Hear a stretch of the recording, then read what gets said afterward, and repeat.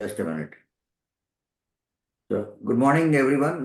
Today, Ankit will be presenting the case and moderated by Professor Jeswanth, Professor Nagaraj Palankar, and Professor Parthasarathi.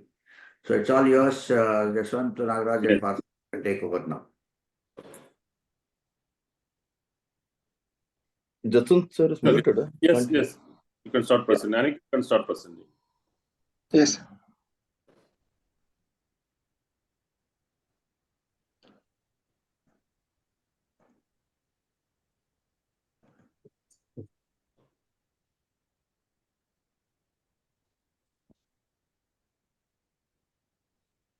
Is my screen visible, sir? Yes. Okay. Good morning, everyone. I am Dr. Aniket from Gangaram Hospital. I will be presenting the case today. It is a case of 34 years old male resident of Chhattisgarh, presented with the chief complaints of recurrent episodes of yellowish discoloration of eyes and right upper quadrant abdominal pain and fever since 5 months. Coming to the history of present illness, the patient was apparently all right till 2012 when he noticed painless onset of yellowish discoloration of eyes and urine. No history of abdominal pain or fever was noted. He was started on some medication by local physician, following which symptoms subsided. However, he was asymptomatic for next 3 years. In 2015, he noticed recurrent episodes of yellowish discoloration of eyes, which was associated with mild right upper abdominal pain, which lasted for a week and resolved with medication. Later, he again noticed a recurrent similar episode of mild right upper quadrant abdominal pain with jaundice in 2019. He was evaluated with blood investigations from local hospital. Reports are not available, and was treated symptomatically, following which symptoms resolved. He was later asymptomatic for the next 5 years again.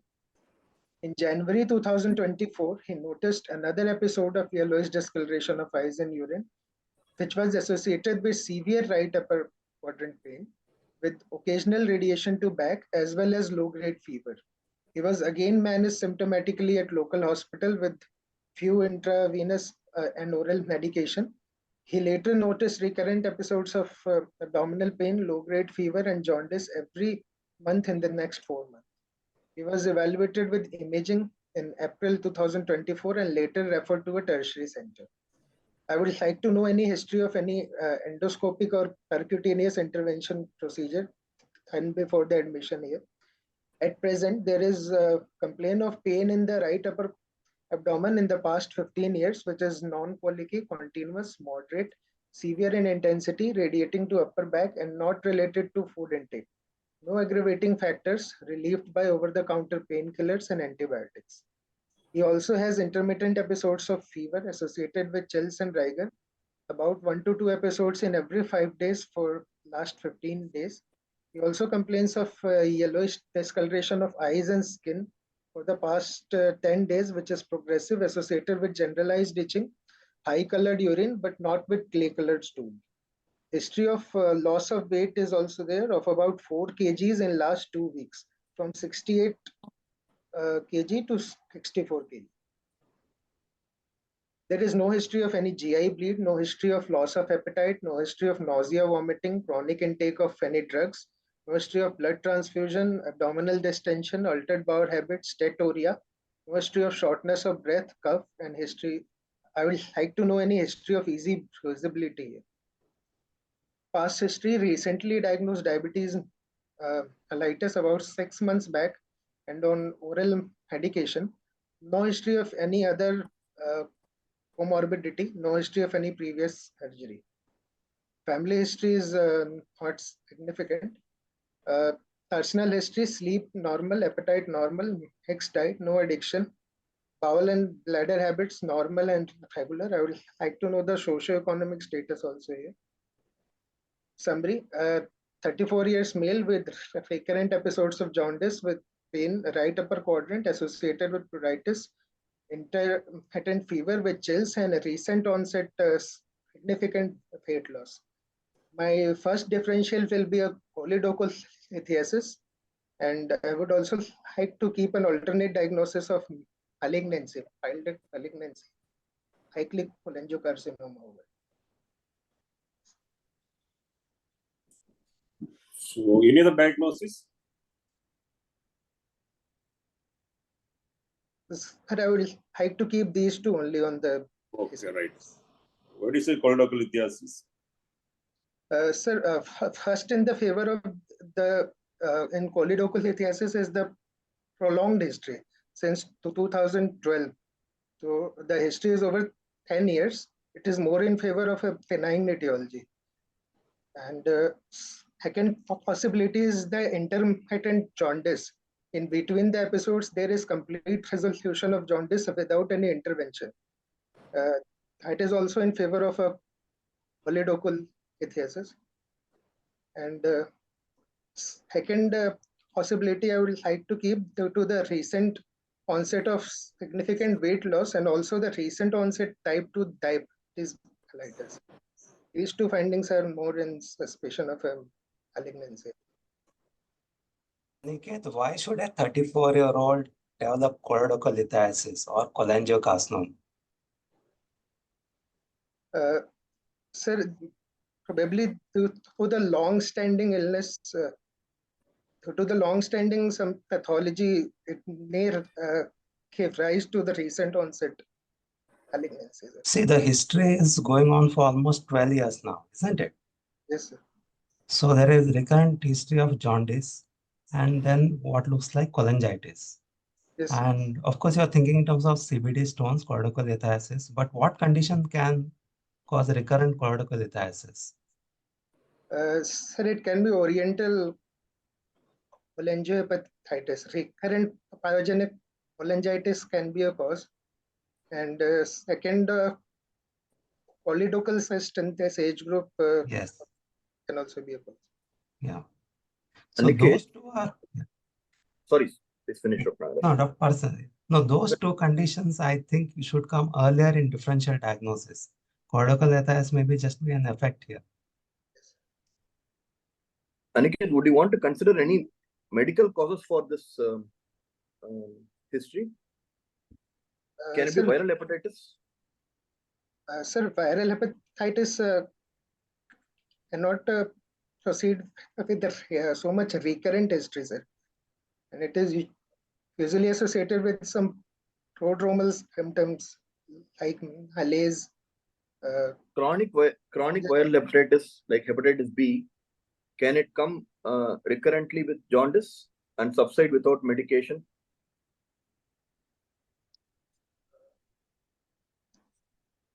Like a chronic active hepatitis? Not sure, sir. Any other medical causes would you consider in this patient, or you want to consider only stones and malignancy? Sir, the history is more in favor of a surgical obstructive jaundice, sir. It is intermittent jaundice with pruritus also, associated pruritus. So I'd like to consider the surgical obstructive jaundice. Pruritus always indicates a surgical cause. Can pruritus happen in a medical obstructive jaundice? Can happen also in medical obstructive. So we are dealing with a history of 12 years. Yes, In surgical obstructive jaundice, generally we give importance to intermittent jaundice, waxing and waning with pruritus when the history is shorter. When you're dealing with a decade-long history, you must also keep your mind open to some non-surgical causes of jaundice. yes, sir.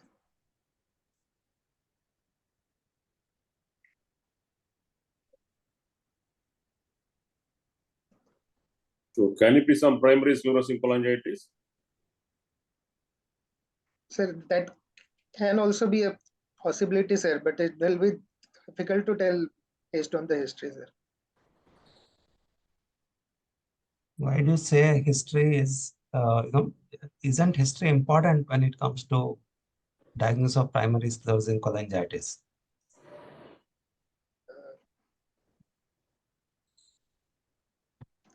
Sir, the history is quite long-standing, so it can be a possibility that I would like to proceed ahead with other with examination and other investigations to confirm it, sir. Is primary sclerosing cholangitis associated with other, conditions? Is there association with any other condition, any other autoimmune condition?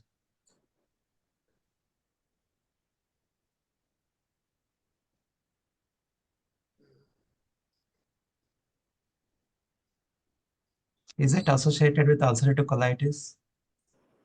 Yes, sir, it is associated with ulcerative colitis. In fact, it forms an important part of, diagnosis, coexistence with ulcerative colitis. Yes. Otherwise, you may have imaging features similar to other conditions. Yes, sir. Why did you even consider cholangiocarcinoma in a 12-year history? How does cholangiocarcinoma feature as a second possibility in this patient? Sir, if it is a long-standing choledochal cyst or a recurrent pyogenic cholangitis, it may transform into a cholangiocarcinoma.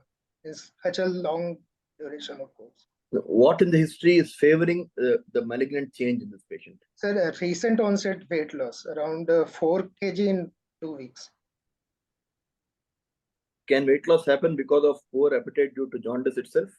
And you said he is having fever recurrently, very frequently in the last 4 months.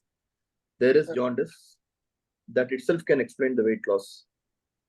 It can happen, sir. It can happen. But it is a significant weight loss, sir. 4 kg in 2 weeks is significant weight loss. Would you consider the possibility of recurrent pancreatitis in this patient as the primary diagnosis? Somebody has got pain, recurrent jaundice over a period of 2 decades, which goes away without treatment. Sir, pancreatitis pain is quite severe enough, requiring hospitalization and IV medication. Here, the pain goes away with over-the-counter medicines. It is unlikely to be pancreatitis pain, sir. Would you like to consider portal biliopathy? Sir, there is no history of any upper GI bleed or no history of Helena. So I won't consider it based on history, sir. Maybe I would like to proceed ahead with examination to say it.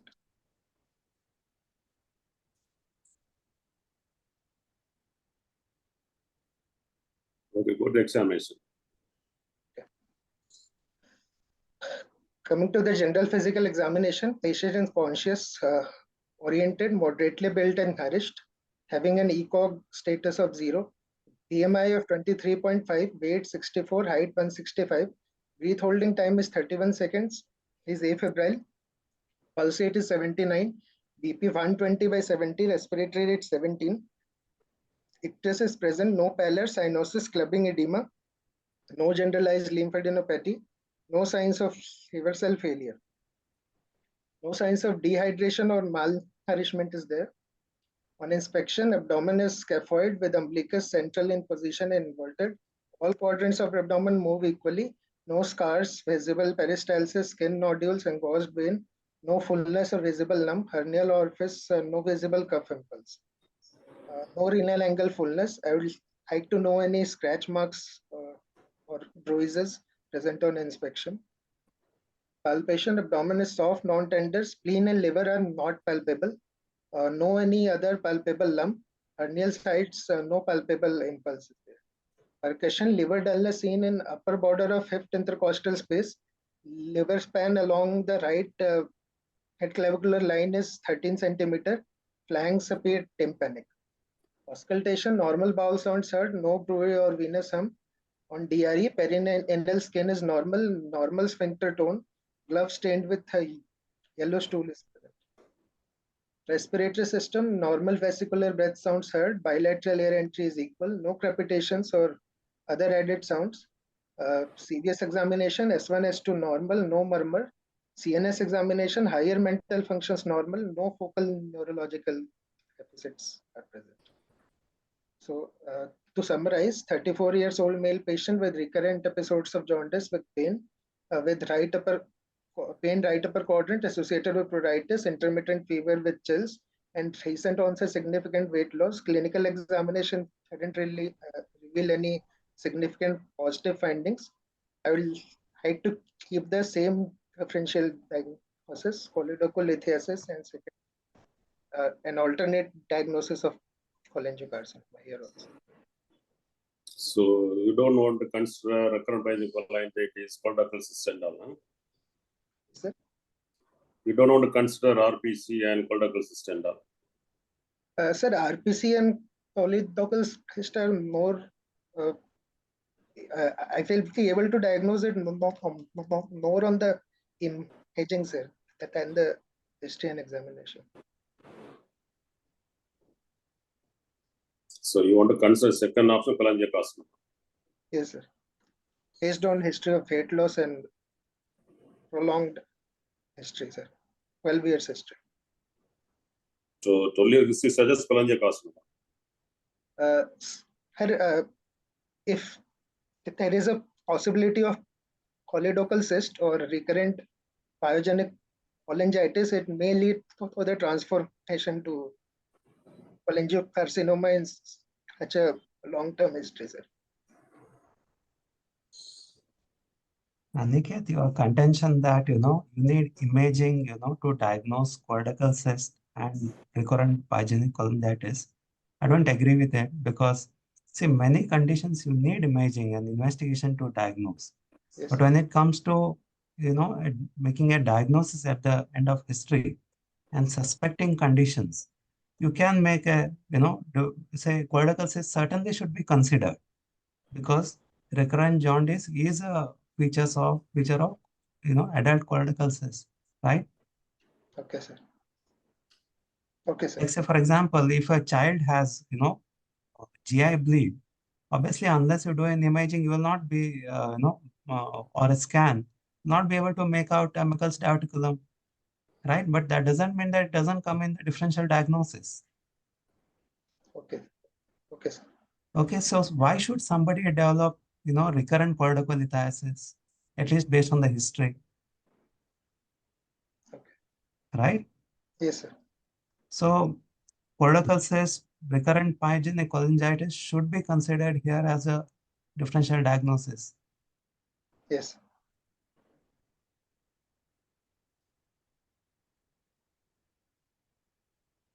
Would you consider chronic liver disease as one of your differential diagnoses? So there is no history of any chronic Cirrhosis. liver, no evidence of chronic liver disease based on the history and examination as of now, sir. Look, CLD with liver failure is different from CLD alone. Not everybody needs to have all the features of liver failure. Yes, sir. There can be in such a long-standing disease, it can be a chronic liver disease without any decompensation. How would you explain the Without any fever side if you are effects. considering CLD? Yes, sir. How would you explain the fever if you agree that you can consider chronic liver disease as a differential diagnosis? How would you fit the fever into the history? See, if you agree for a suggestion, you have to be ready to justify it also. The fever, if I'm considering a chronic liver disease, fever can be due to the ascites, that spontaneous bacterial peritonitis, fever can be there, or Any other cause? Obviously, ascites is not there here. ascites is not present, but So you've done your examination also. So can you try and fit the fever into the picture of CLD in this patient? There is pain, there is fever, there is jaundice. cholangitis, sir. Cholangitis.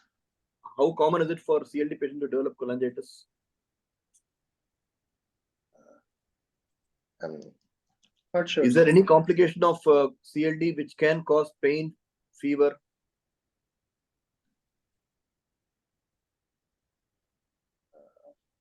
Apart from SBP?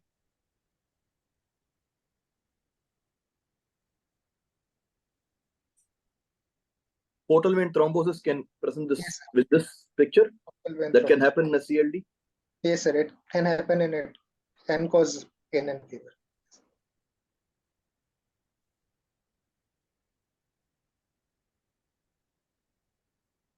Okay.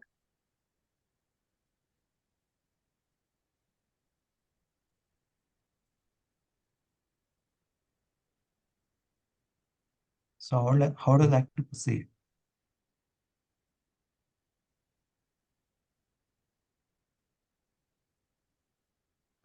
Sir, I would like to proceed ahead with the blood investigations.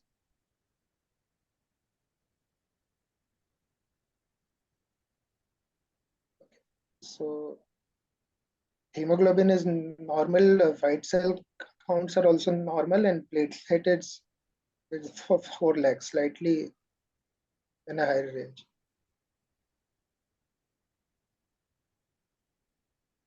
So RFT renal function tests are also normal.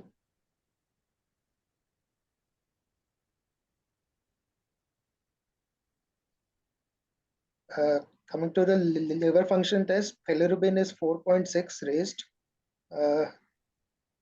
Transamine houses are not raised that much significantly. Alkaline phosphatase is raised 400. Albumin, serum albumin appears normal 4.4. INR is also normal 0.92. So only raised.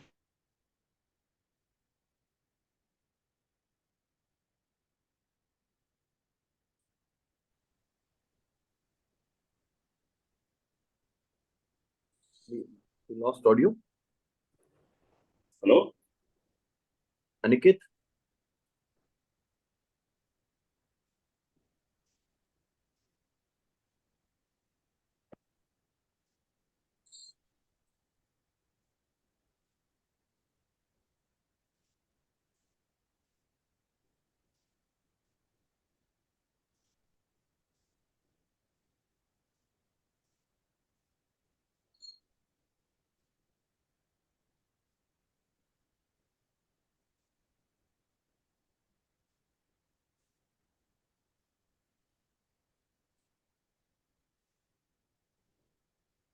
Hello?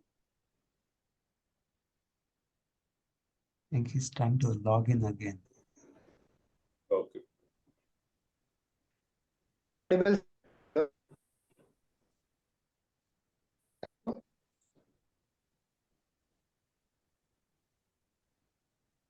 Hello, sir, am I audible? Hello? Yeah, now Yes, you're audible, Aniket.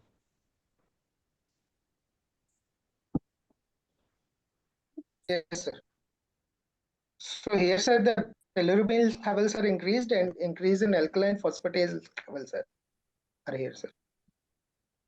I'll like to proceed ahead, sir. Aniket, do you want to comment on the type of bilirubin rise?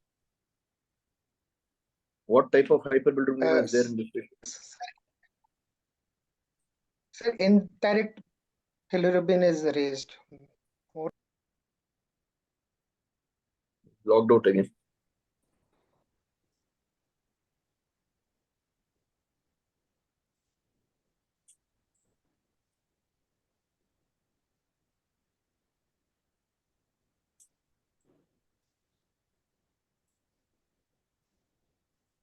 Hello.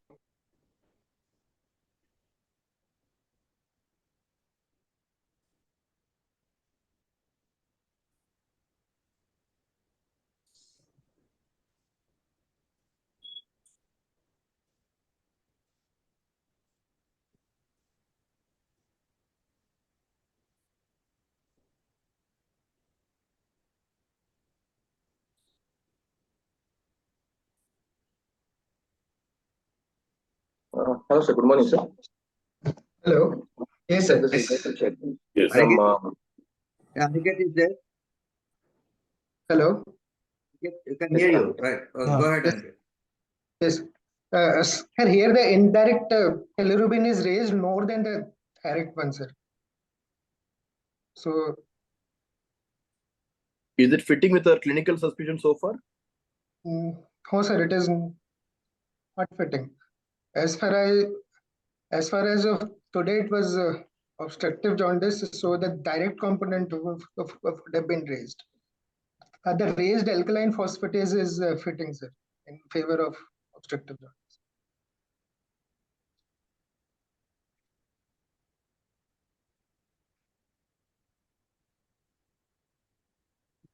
Ask what investigations you want. They will whatever the investigations you want, they will project. Sir, I would also like to know the CA19 levels if it is available.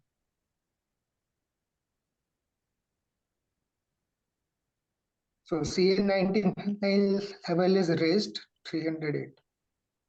The AFP levels are normal. After seeing the LFT, you want to see CA99 as the next test? After seeing the pattern of jaundice? Sir, the level of indirect bilirubin raised doesn't fit into the diagnosis, but raised alkaline phosphatase is also which is a favor to suggest the obstructive jaundice. So in obstructive jaundice, you won't get raised direct bilirubin. Are you trying to say that? More than direct? So mostly the direct component of bilirubin should be raised in obstructive jaundice rather than the indirect. Oh. It is direct raised or not? Oh, sir, What's the normal direct bilirubin level? Sir, 1.3. What's the direct bilirubin level? 1.3, sir. 1.3. Raised 1.3, sir. 1.3. Okay. Aniket, sir is asking normal direct bilirubin levels. Sir, as 0.2, sir. Less than 0.2. Yes. What's the percentage of raised direct bilirubin level? You call it obstructive jaundice. Yes. Is it more than 50% or something else? Yes, sir. Sorry, sir. When you call it obstructive jaundice, what's the percentage of raised direct bilirubin? Yes, sir. What's the percentage? Sir, I don't know the exact percentage. Okay. Okay. Aniket, Yes. you said a predominant indirect bilirubin rise does not fit with the diagnosis or clinical picture of obstructive pattern. Yes, sir. Is it possible that you can have an obstructive pathology with the predominant indirect hyperbilirubinemia and raised alkaline phosphatase?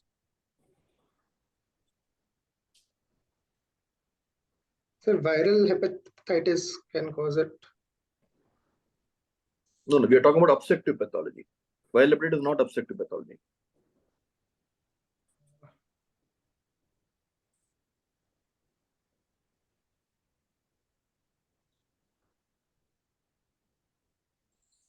No, if you do not know, you say you do not know, so we can keep. Sir. If there is a small sector of the liver which is obstructed and causing recurrent cholangitis, Yes. the jaundice can be purely because of cholangitis and not because Yes. of inadequate drainage of bile. Will this fit into that picture? Yes, sir. It will fit. Now. It can fit. So you can still have an surgical obstructive pathology fitting into this LFT pattern. Raised alkaline phosphatase, predominant indirect bilirubin, rise, total bilirubin is high, and still there is an obstructive problem. It is not an intracellular cholestasis. You got it? Yes, sir. So don't think that high indirect bilirubin always directly rules out any obstructive pathology. Yes, sir. Proceed, please.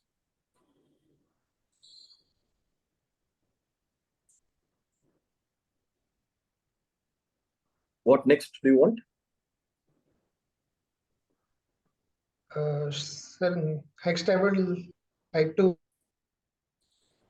So as per CA99 is raised, what is your impression? As per CA 99, Yes, sir. it's raised more than 300, no? So So how what's do you your interpret interest? this? Yes. Hello. Yes, sir. How do you interpret the race Interpret, CA yeah. 99? As per Sir, that, one possibility of race CA99 can be cholangitis. Other etiologies can be the malignancy, sir. okay. Why did you ask for that? Yes, sir. Did you ask for CA 99? I was suspecting malignancy uh, based on the history, recent onset weight loss. Okay. You are So considering it or not? yes, sir. You are considering malignancy or not? Has it helped you make a decision now whether it is malignancy or only cholangitis induced? Sir, currently I'm not able. I will like to proceed ahead with imaging, sir. Okay. Make it sure. Okay, go ahead. What do you want next? Sir, I'll like to do an MRI abdomen with RCP, sir.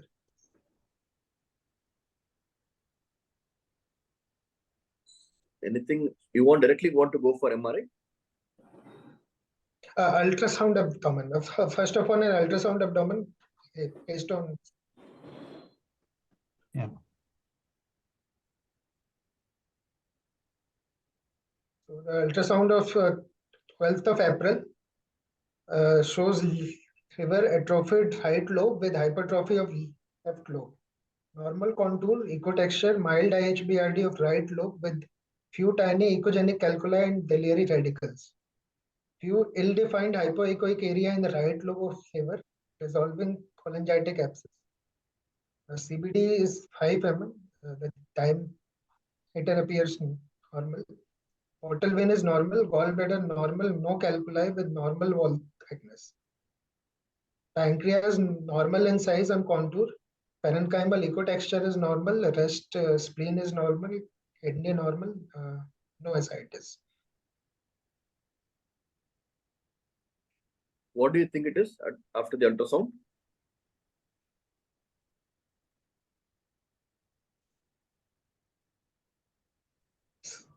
Intrahepatic hepaticolithiasis, sir. Hepaticolithiasis with the phalangeolar abscesses.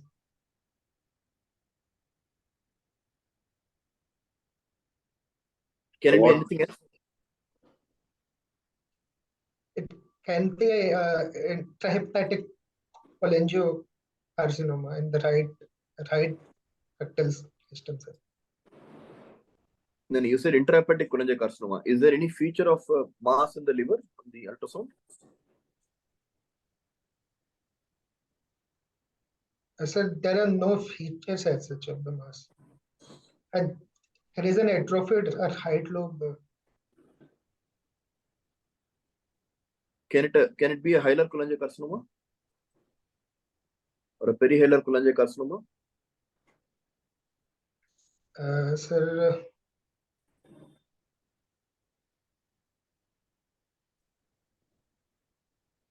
it can be a possibility, sir. How are you sure they are cholangiolytic abscesses and not metastasis?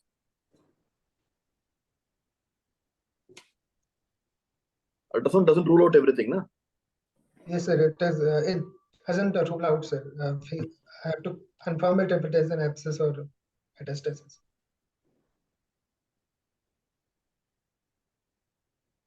So what are the next investigation you want? Next, I will like to go ahead with the MRI abdomen with MRCP, sir. MRI or CT? Sir, MRI in this case, sir.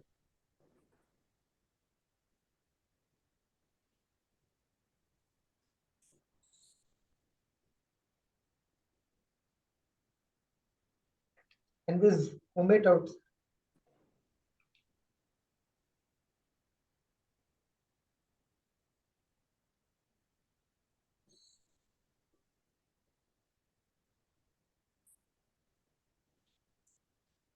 So Aniket, you have to start. What is this? So this is a MRCP film of the patient. Hmm. It is showing dilated right anterior and right posterior both. Right posterior, the right side of the ductal system is dilated grossly. Yeah. I cannot see any filling effects as such intraluminal.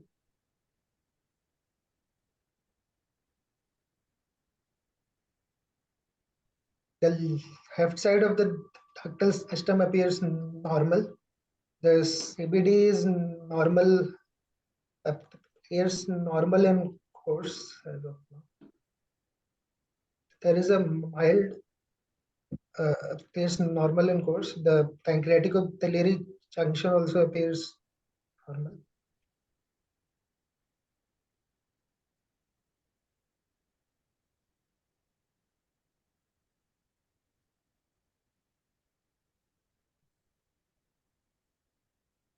This is a T2 footage image, T2 footage MRI of the abdomen, showing the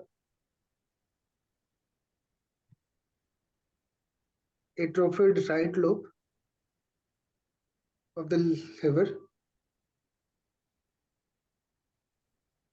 There is a significantly dilated right side ductal system.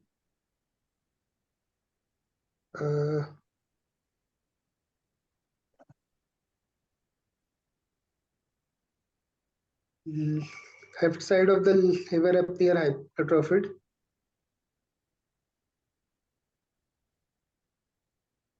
And gallbladder appears normal.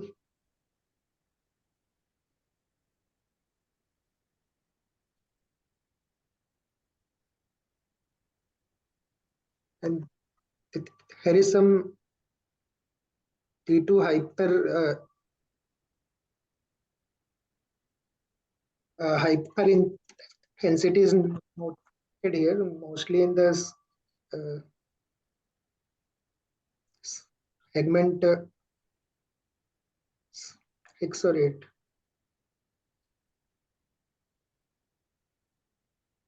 Six and eight How are would you confuse 6 and 8?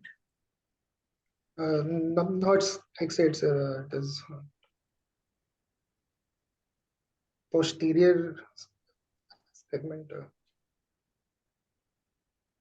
Can you make out right lobe segments in this liver? Oh, sir, in his image, I won't be able to make it out. I had a venous photo venous space.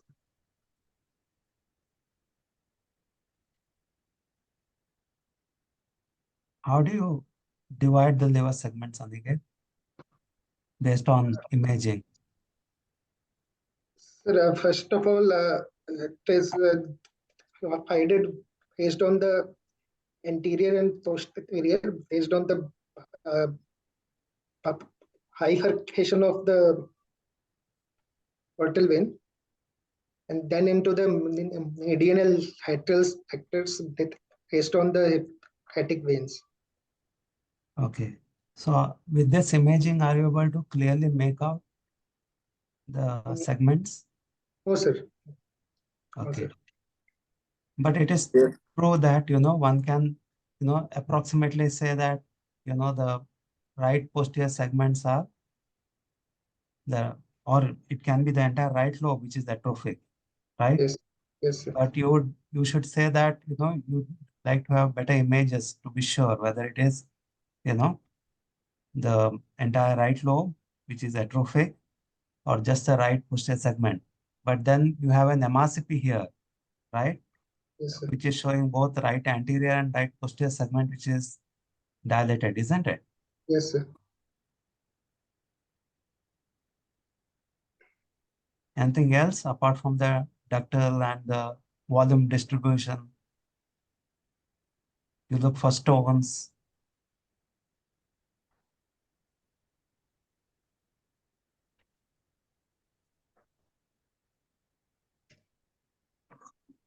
What is the primary purpose of doing an MRCP in this patient?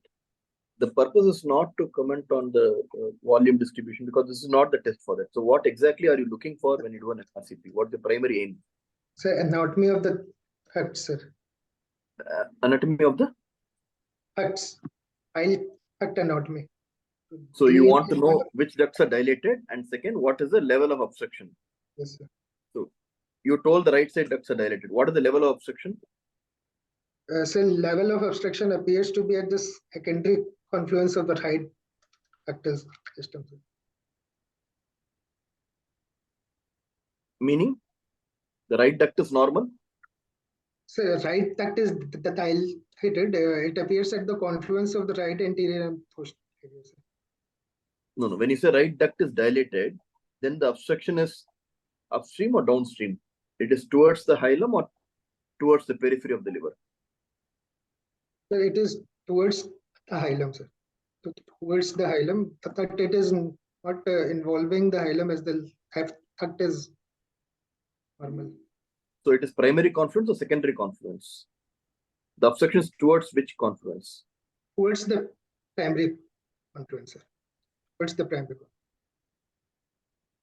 So that is one main purpose of doing an MRCP. Is there anything you are seeing on the MRCP about the ducts? Is there any crowding of ducts? Yes, sir. Crowding of duct are more appreciated on the right side, sir. Just an atrophied segment. Is the CBD uniform or is there any stricturing in the CBD?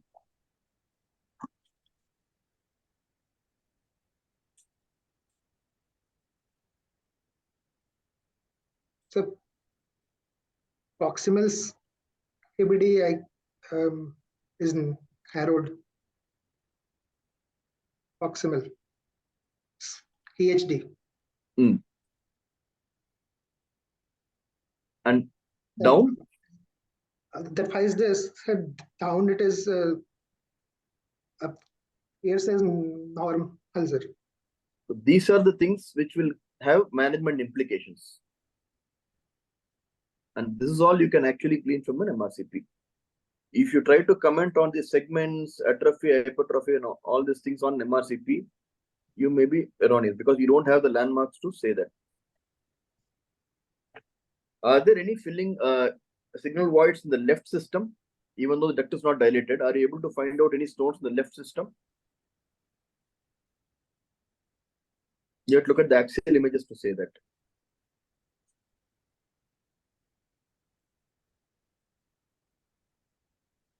Will this point alter your management? It will affect our management, sir. That I cannot see any filling effects in this image.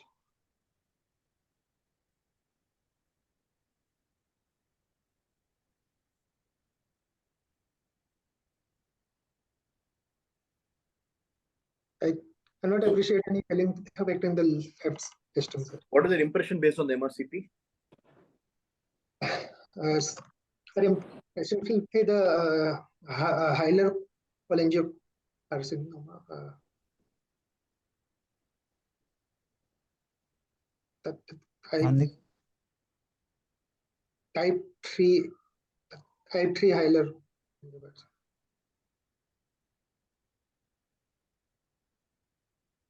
Aniket, why should a patient with hilar cholangiocarcinoma have this kind of volume redistribution?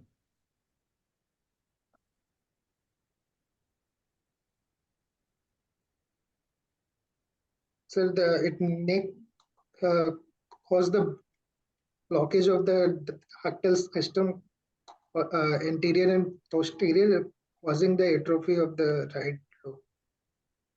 Okay, Aniket, here, what are your differential diagnosis? You are mentioning about cholangiocarcinoma. Do you have any alternative diagnosis?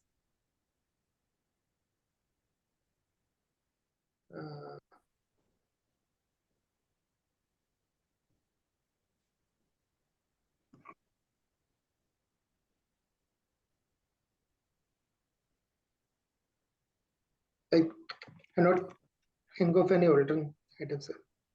There is no filling effects as such. But ultrasound did show some stones, isn't it? Yes, sir. The In stones the- are better. Yeah, stones are better shown in what imaging? Sir, it is better appreciate. I don't ultrasound. CT And- scan? Oh, sir, CT scan is not a good. Intrahepatic stones. Yes, sir. So better appreciate ultrasound only. You take plain CT scan. Better appreciate intrahepatic stones. So what next? MRI showing it.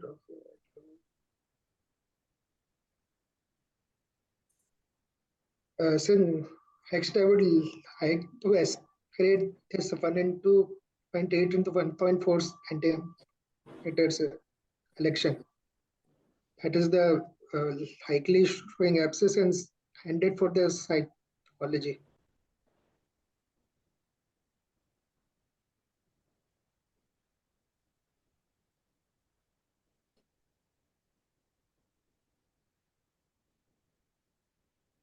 So this, now we have the reporting by the radiologist.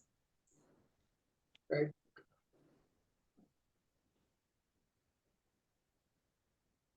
There is moderate IHBR at the right lobe in multiple interductal calculi present, largest 7 mm in size. There is non-visualization of right hepatic duct, severe stricture, and CBD, CHD, left hepatic duct are normal. Yes, everybody can see that. Yeah. So also impression.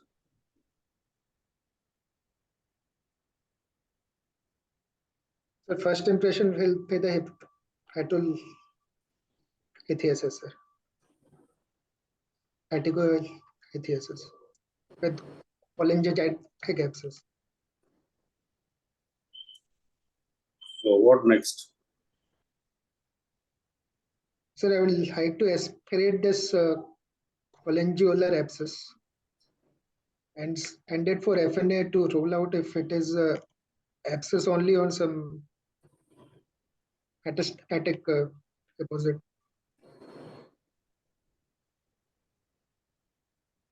Aniket, why are you so, you made a diagnosis of hepaticolithiasis, right? Is there any synonyms for hepaticolithiasis? Yes. Sir, oriental cholangiohepatitis. Yeah. And recurrent pyogenic cholangitis. So why are you not convinced about the diagnosis?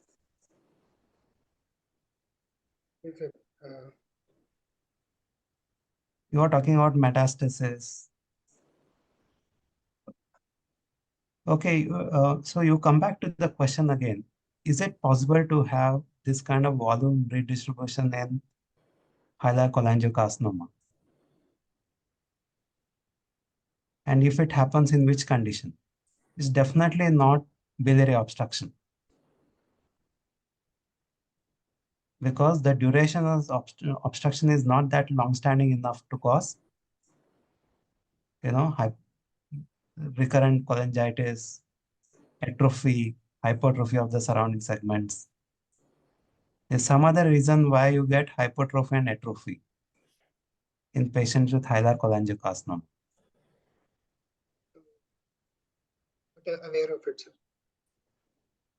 It's involvement of the portal vein.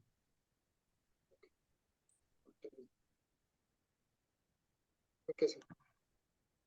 Aniket, you got the point. Yes, sir. People Yes. with hilar cholangiocarcinoma cannot develop atrophy hypertrophy because the biliary obstruction is long. They don't have that much time. In other conditions, like benign biliary strictures, biliary obstruction, back pressure can induce secondary biliary cirrhosis and atrophy hypertrophy. Not in a de novo hilar cholangiocarcinoma. There, the reason for atrophy hypertrophy is usually vascular involvement, or most likely portal venous involvement. Okay, so you cannot justify the volume distribution based on the etiology. So why did you back out of your diagnosis of hepatolithiasis as the primary diagnosis? Why did you shift to cholangiocarcinoma in this patient? Primary diagnosis will still be the hepatitis, but the raised CN99 I will raise some suspicions. You said it can be raised in cholangitis also, no? That's why you discouraged the value of CA99 Yes, sometime back. yes, sir. It can be raised. Yes.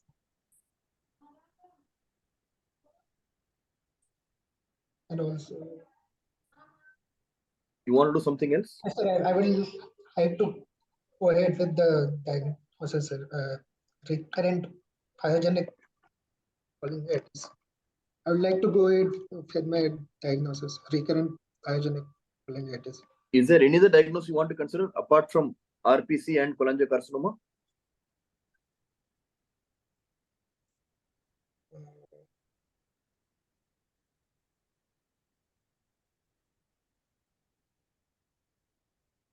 Do you get long segment strictures, intrahepatic strictures in recurrent pyogenic cholangitis? How does the bile duct usually look in that? Here, Yes, the sir. entire right duct is not visible. That's what the report says. Yes, sir. And there is a you said there is a stricture at the upper end of the CBD, Yes, near the high confluence of bile ducts. Does it fit with the classical RPC? Is there any other condition which can cause multiple bile duct strictures? sir. Primary sclerosing cholangitis. Would you want to consider that also? In RPC, how are the bile ducts generally? The intrahepatic bile ducts they are narrowed and strictured, or they are dilated and filled with stones? So narrowed and structured. Narrowed and structured. They're usually dilated and filled with stones. Okay. And to visualize intrahepatic stones, CT is always better. 90% of intrahepatic stones are radio opaque, radio dense, unlike gallbladder stones. Okay, it's the reverse of gallbladder stones. They are more easily seen on CT. They are not like gallbladder stones. Okay, you want to do anything further to reach some diagnosis?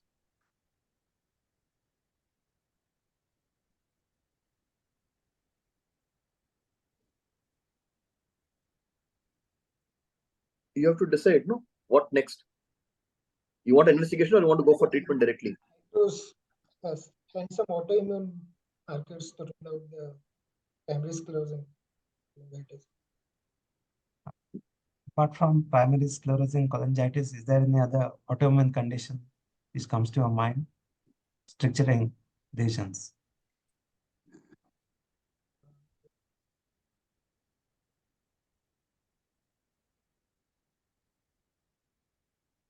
I'm not aware of it. That's a very strong clue.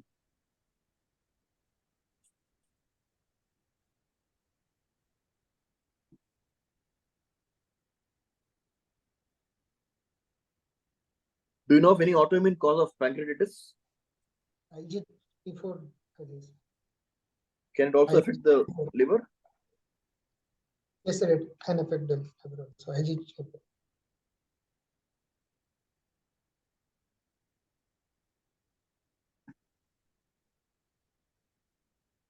So you want to do something? I will like to end the autoimmune markers if it has been answered.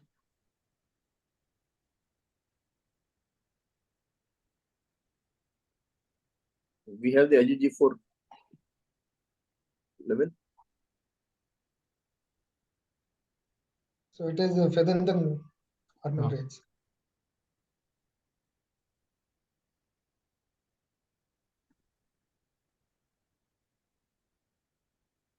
So RPC usually affects which lobe of the liver, right or left? More commonly. More commonly the left lobe, sir.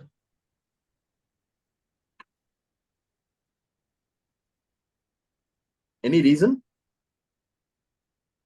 Sir, because the hepatic duct is longer in size, so more chances of biliary crisis and an infection over there, Not sir. longer, it's more horizontal. More horizontal. So even though that explanation is given, if you use your common sense, right duct is non-dependent. The lying position or standing position. More dependent, right duct. This stone should form there only. Even the books gives the reason. The actual reason should be high flow in the right lobe because of more volume. Then wash away whatever the stress is there. But left lobe you have less volume. Yes. Okay, you can say that it is horizontal like that, non-dependent, all those things and all. That's the actual reason. Not like that. Okay. Can you look like to have any other investigation CT scan? Construct?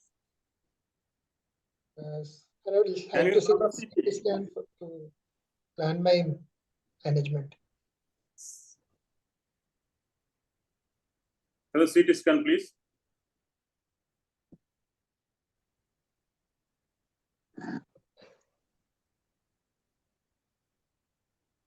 Start the plain CT.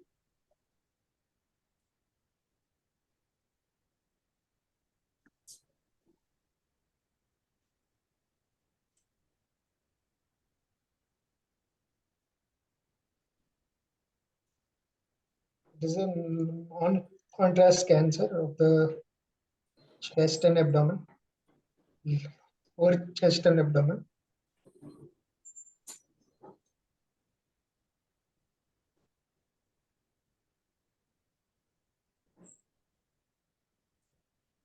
Use any calcification?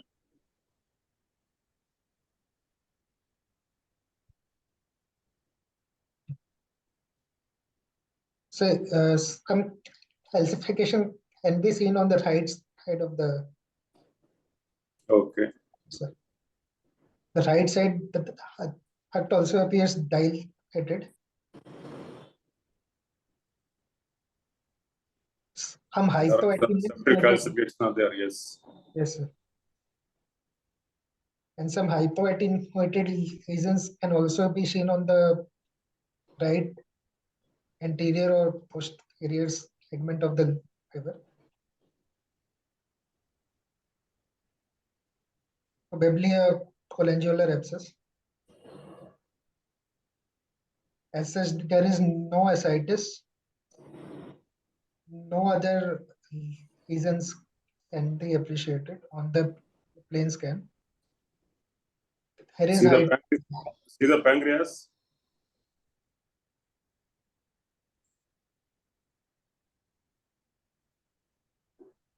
Yes, multiple calcifications can also be appreciated on the pancreatic on the pancreas parenchyma.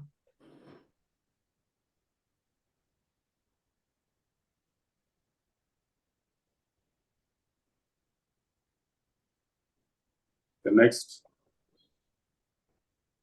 We'd like to see arterial space and portal vein space.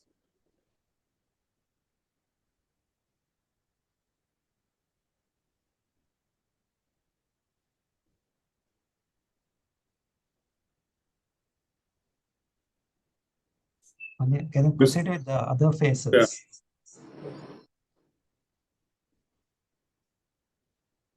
This is the arterial phase cancer. The lower lung fields appear normal.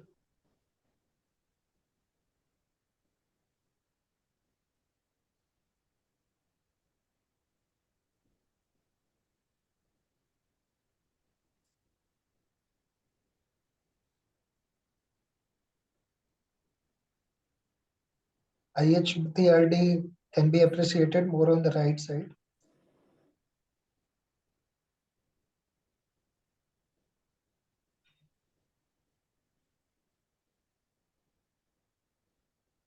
As such, no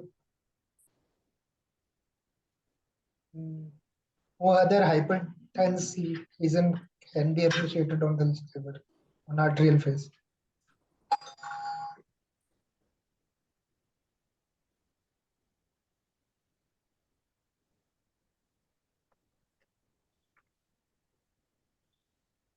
What is happening to bile duct? Yes, sir. Bile duct. Sorry, sir. That wall is enhancing or not? I cannot appreciate any enhancement, sir, arterial enhancement. So, The bile duct. likely, sir.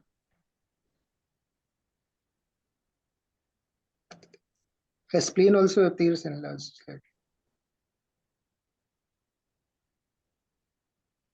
See the With bile the duct. pathology in mind, what you have, arterial phase is not of much this thing. You should quickly move on to the portal phase where you can describe your pathology better.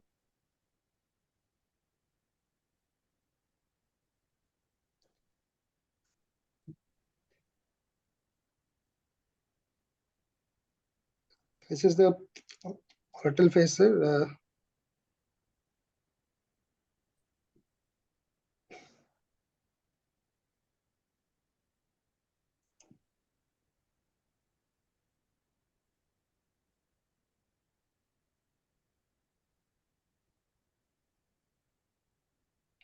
There is intrahepatic dilatation that I cannot see any abnormal contrast enhancement in any of those actions.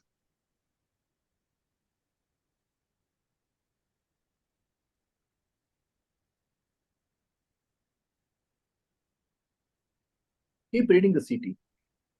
Keep reading the findings, whatever you see in that. So the lower lung fields are normal, and it is intrahepatic biliary dilatation more present on the right side as compared to the left side.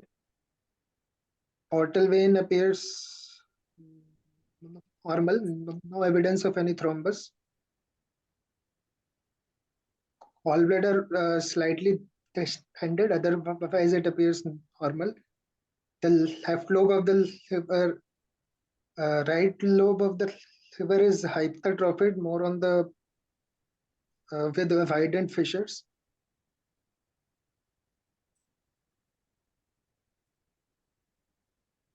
Right lobe is atrophied, isn't it? Yes, right lobe is atrophied, more on the anterior and posterior side,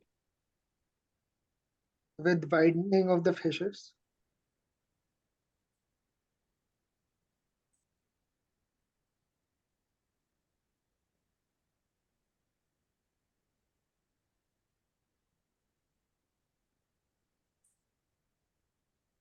No abnormal hyperdensities can be appreciated on the liver parenchyma. No evidence of any ascites.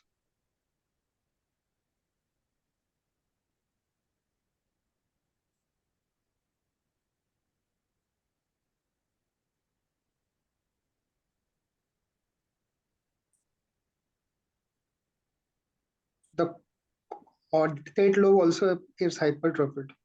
No, which is the caudate lobe? So between the IVC and portal vein, yes, Is it hypertrophied or normal? so it appears hypertrophied.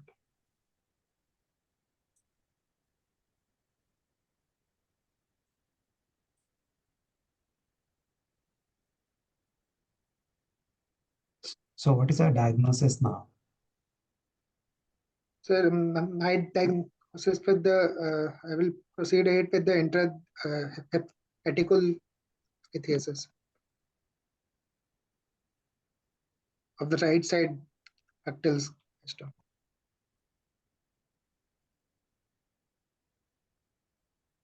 Pancreas? Yes, sir. Pancreas. What about the pancreas? Yes, sir. You have to have a complete diagnosis, isn't it?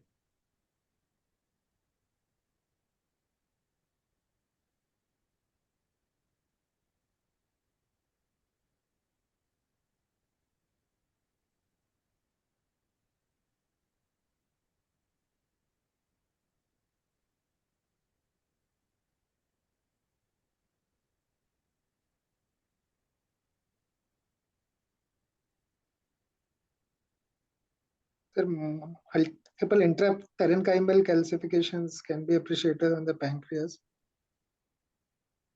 The splenic vein and portal vein confluence is normal, no thrombosis. Slightly bulky, pancreas appears slightly bulky at the head region. Is it bulky or atrophied? Sir, in the body and tail it is atrophied, but in the head, in the body and tail it is atrophied, but the head appears slightly. It's an atrophic pancreas. You cannot call this bulky by any stretch. Yes, sir.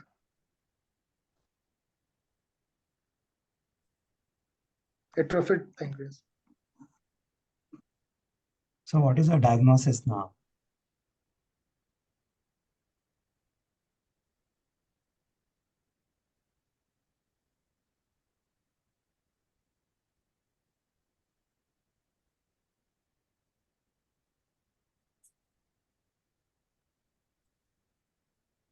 Are we looking at two differential Sir, conditions? yes, sir. Two differential here, sir. One is the primary, one is the hepatitis, second is the chronic calcific pancreatitis. No. We want two differential for the liver pathology. These are two diagnoses, no? Yes, For the sir. liver pathology, you have one diagnosis or multiple diagnoses at the end of all the investigations. Sir, one diagnosis, primary hepatitis. So how they proceed now?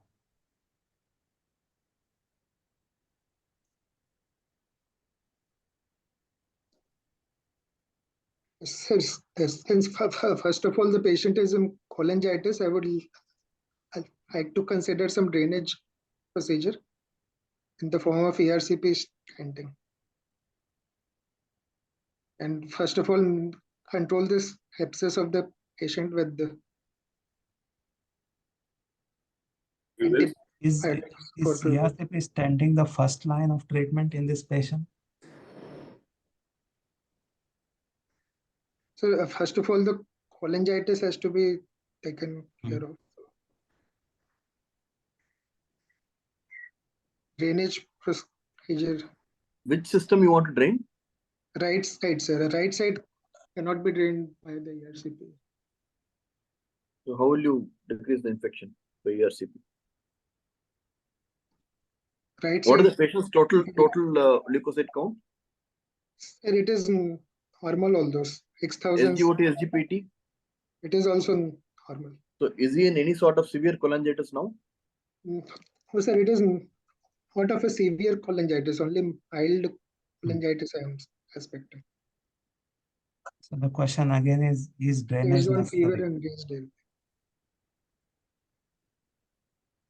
So do you have to do drainage to control infection here?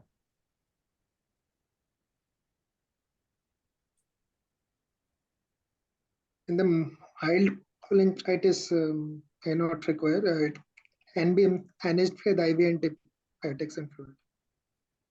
So you're talking about ERCP stenting has a treatment for cholangitis, isn't it? It's not a definitive intervention for No, sir, it is recurrent poison gas, right? Yes, sir. So can you treat with antibiotics alone for the abscess? Oh, sir, it will require some drainage procedure, sir.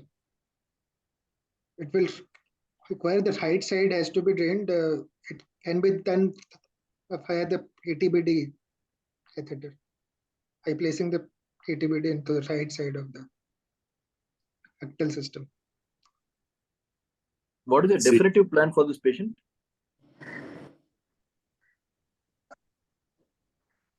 So the definitive plan will be to do the right hepatectomy, sir. Can it be done now? What is against doing a surgery now? So one is the cholangitis, mild cholangitis, and second is the volume, sir. the volumes are not adequate. What volumes? Is Sir, Volume the of which lobe? future remnant, F lobe, sir. But you said it's Anik- hypertrophied in all the stages. Sir, I would like to know how the exact volume of the FLR. So it's more than adequate. No, it is hypertrophied. Gross visual assessment is enough. Aniket, do you need Normal. to do Yes, sir. Aniket, when things are staring in front of you, do you have to do volumetry here to say whether the volume will be adequate?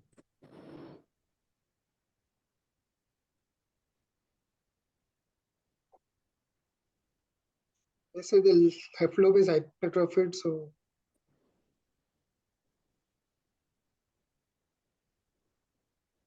So you feel volume is inadequate.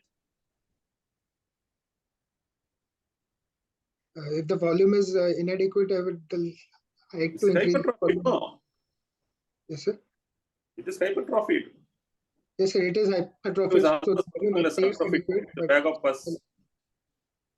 that is still I would like to confirm it, sir, with the volume metric findings.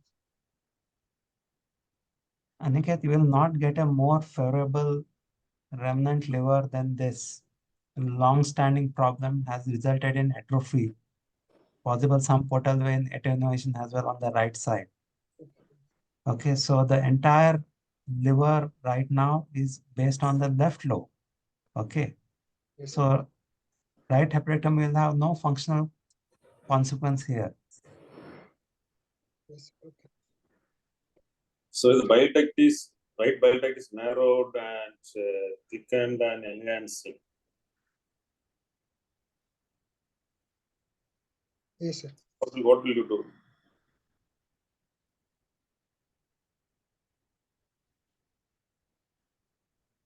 Yes, sir, I will like to plan the right hepatectomy for the patient. Okay. So you go right hepatectomy. Do you suspect any malignancy or would like to consider frozen section, something like that? Yes, sir, a frozen section also needs to be sent to rule out any.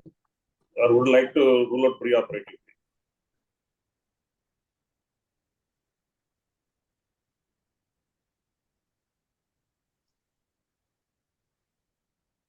Sir, pre-operatively only. Suppose you suspect malignancy, what are the pre-operative Sir, methods investigation pre-operatively available? we are not, after all the investigations, we are not suspecting any malignancy. Okay. Oh.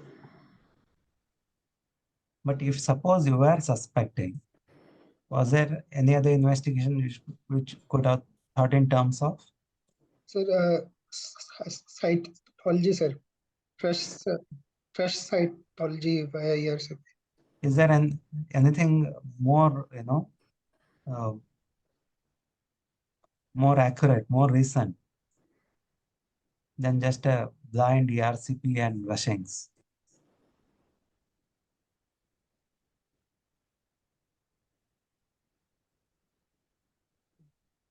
Biopsy of the liver, sir. How? Percutaneous.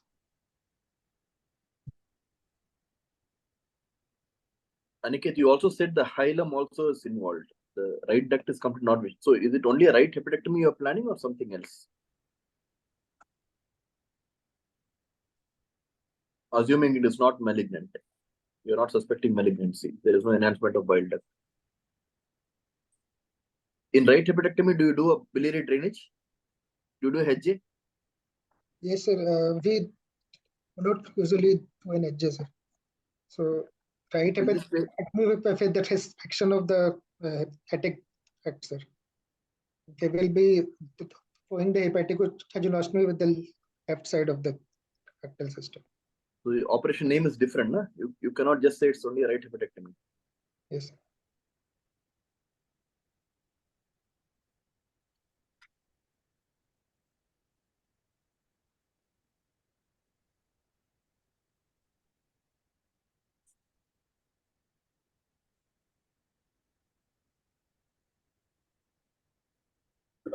Already 9:50. Not getting late. What Yeah, was yeah. done?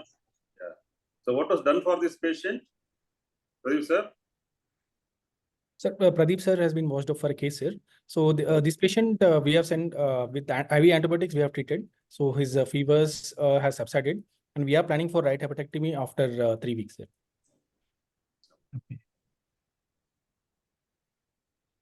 Any spyglass, any investigation done? Perhaps your investigation done.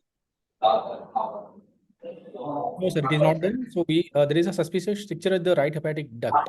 So we have done one PET-CT, sir. Whether it is in RPC or it is normal, sir. But we didn't pick up anything.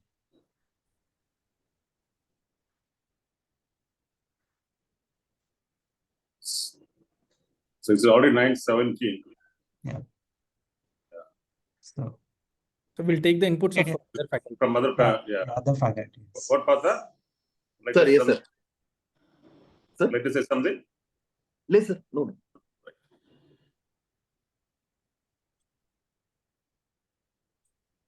Can I have a word? Yes, sir. Sasif, sir. Aniket, today is obviously not your day. If you have noticed, most of your responses to questions were not acceptable to your moderators and to most of us listening also. See, the clinical presentation is quite atypical for both CBD stone and cholangiocarcinoma, which were your only possibilities. With this kind of presentation, recurrent pyogenic cholangitis should have figured quite prominently in your differential diagnosis. You failed to consider other non-malignant causes of biliary obstruction, the primary sclerosing cholangitis with a dominant stricture, IgG4-related cholangiopathy, infections like tuberculosis, parasitic, HIV. See, all these possibilities should have figured in your differential diagnosis.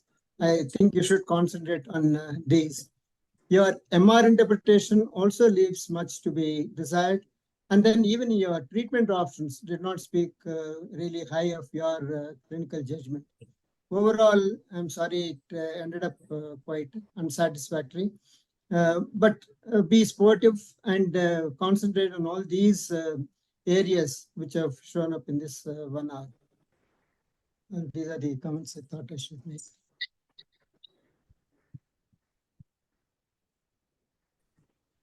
Morning, Pradeep. VK Kapoor here. No, morning, sir. Yes, sir, please. So, whenever you have a patient with a long history of recurrent cholangitis, you have to keep the possibility that by this time patient may have developed secondary biliary cirrhosis and portal hypertension. So maybe I missed the points, but in the history and examinations, splenomegaly and GI bleed, and the reverse, that if the patient has splenomegaly and GI bleed and long-standing, especially extrahepatic portal venous obstruction in children and young adults, then portal biliopathy, as was being questioned by one of the examiners in between. So it could be both ways: recurrent cholangitis leading on to secondary biliary cirrhosis and portal hypertension causing biliary obstruction, portal cavernomatous cholangiopathy or portal biliopathy, and then causing recurrent cholangitis. The Partha, please correct me if I am wrong. I think Aniket, when you said caudate lobe hypertrophy, I think you misinterpreted the segment 4 as caudate lobe. Segment 4 is hypertrophied, if I saw correctly. Partha, am I right? Sir, yes, sir. He was pointing to segment 4. Yeah, so Aniket, you thought that is the caudate lobe. That is not the caudate lobe because it is lying to the left of the portal vein. So it is the segment 4. And third, the very important point which Dr. Partha corrected you in the end, you said right hepatectomy. Right hepatectomy means no bile duct resection, no biliary anastomosis. But that is not the correct treatment for this case because there was that stricture in the common hepatic duct, which is almost involving the confluence. So I think some kind of a biliary excision and a biliary enteric anastomosis will also be required in a case like this. Thank you. Hello, Dr. Jeswanth. Yes, yes. Yes, sir, please. Good morning. Yes, sir, good morning, sir. Please, sir. Yes. So I am listening since beginning, and as Dr. Sastry pointed out very correctly that first diagnosis of polydocylithiasis going on and on for 12 years, recurrent cholangitis and having no intervention of any kind is not at all a presentation of the cholelithiasis. First. Second is when the second immediately comes cholangiocarcinoma.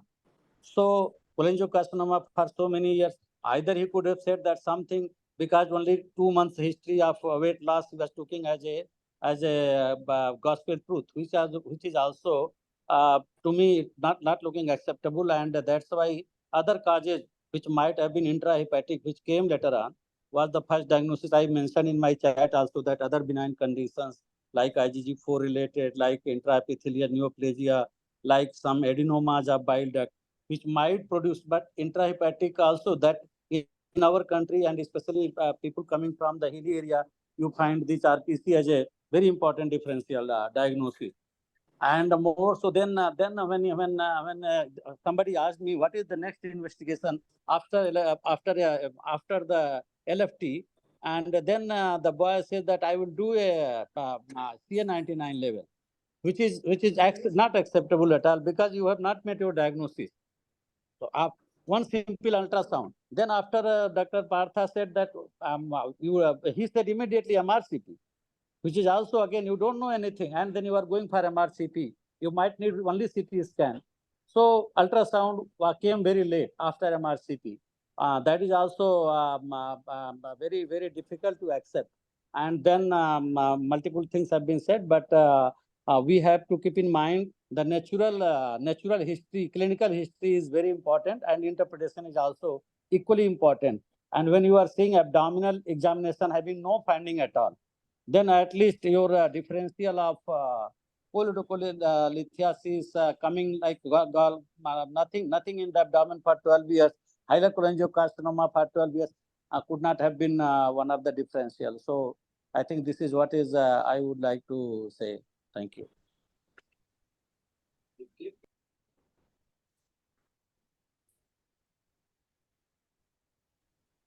So, anyone else is there? So, Gautam?